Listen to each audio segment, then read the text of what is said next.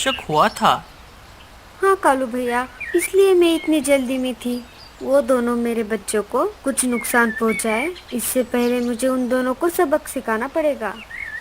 नहीं लाडो, ये समय अपनी शक्ति दिखाने का नहीं है। इस समय हमें युक्ति से काम लेना होगा। हम दोनों मिलकर भी उन दोनों का कुछ नहीं बिगाड़ सकते। क्या तुम्हें मुझ पर विश्वास है? हाँ कालू भैया। तो एक काम करो, तुम राजा के पास चली जाओ। उन्हें लेकर तुम चीलू के अड्डे पर आना। तब तक मैं उन्हें संभाल लूंगा। हाँ कालू भैया, आप जैसा कहते हैं मैं वैसा ही करूँगी। तब तक आप मेरे बच्चों का ख्याल रखना। ऐसा कहकर लाडो राजा के पास चली गई और कालू चीलू के अड्डे की तरफ निकल पड़ा। इधर चीलू और भूरा कौवा अपने ठिकाने पर पहुंच चुके थे। भूरे, क्या हुनर है रे तेरे पास? तेरी वजह से आज हमें पेट भर बच्चे खाने को मिलेंगे। हाँ यार, तुमने भी कमाल कर दी। इसमें हम दोनों का बराबर दिमाग लगा है। तभी कालू कौवा वहां पर आ गया। अरे, ये कमबख्त कहाँ से आ टपक पड़ा? क्यों भूरे, क्या चल रहा है? मुझे तो लगता है तुम्हारी पार्टी चल रही थी। मैं खाली कबाब में हड्डी बन गया। चलो, यहाँ से निकलना ही बेहतर है, वरना तुम दोनों कहोगे बने बनाए घर में सांप घुस गया। हाँ, ठीक ही कहा तूने। चला जा यहाँ से। हाँ हाँ, वैसे भी कौन रुकने वाला है यहाँ पर मेरे दिमाग में एक शंका थी, मुझसे रहा नहीं गया, इसलिए मैं पूछना चाहता हूँ। जो कहना चाहते हो साफ साफ कहो।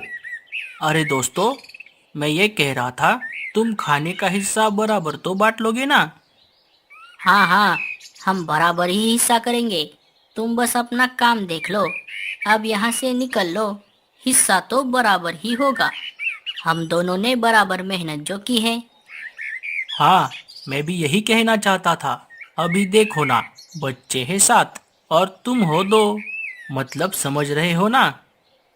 अभी भूरा खाएगा 4 और तुम खा लेना 3, हो गया हिस्सा बराबर। ऐसे कैसे 3 खाऊंगा मैं खाऊंगा 4 और भूरा खाएगा 3। आखिर बच्चे चुराने का आइडिया तो मेरा ही था। हाँ हाँ, आइडिया तो तुम्हारा ही था, पर सारी मेहनत अकेले मैं नहीं की। इसलिए मैं खाऊंगा 4 और तुम खाना 3। अगर मैं तुम्हें बच्चों के बारे में नहीं बताता तो तुम क्या मक्खी पकड़ते? मैं खाऊंगा 4 और तुम खाना 3। पर चीलू भाई, तुमसे ज्यादा मेहनत तो भूरे ने ही की है, इसलिए ज्यादा हिस्सा उसी को मिलना चाहिए।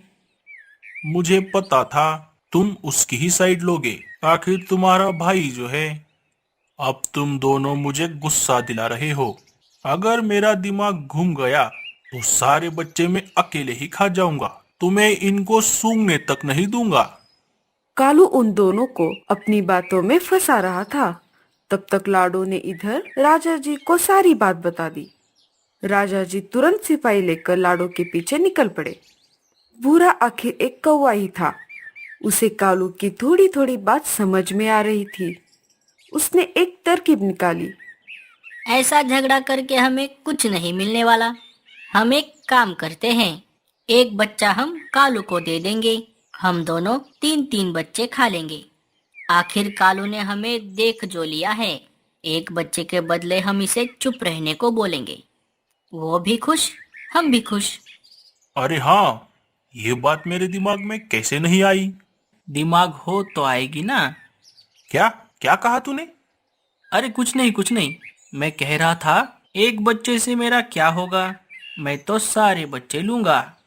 तुम्हारा दिमाग तो ठिकाने पर है ना? ये तुम क्या बकवास कर रहे हो? अरे मैं बकवास नहीं कर रहा, सच बोल रहा हूँ। क्या तुम्हें पता नहीं चला कि मैं तुम दोनों को अपनी बातों में फंसा रहा हूँ? क्या?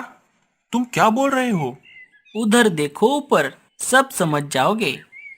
चीलू और भूरे ने ऊपर देखा तो राजा और उनके सिपाही उनकी तरफ आ रहे थे। कालू, हमें फंसाकर तुमने अच्छा नहीं किया। तुम्हें इसका अंजाम भुगतना ही पड़ेगा। राजा के सिपाहियों ने उन दोनों को पकड़ लिया। तुम दोनों ने चिड़िया के बच्चे चुरा कर बड़ा अपराध किया है। तुम दोनों को मैं काल कोठरी में बंद करवाने का आदेश देता हूँ। सिपाही पंछी उन दोनों को लेकर चले गए। कालू, तुमने अपने चतुराई की मदद से चिड़िया के बच्चों की जान बचा ली। हम तुम्हारे शुक्रगुजार हैं और बख्शीश के तौर पर तुम्हें नया घर देने की घोषणा करते हैं। कालू भैया, तुमने मेरे बच्चों की जान बचा ली।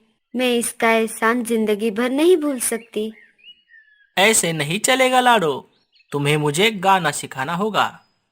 नहीं कालू भैया, वो छोड़कर मैं कुछ भी सिखा सकती हूँ।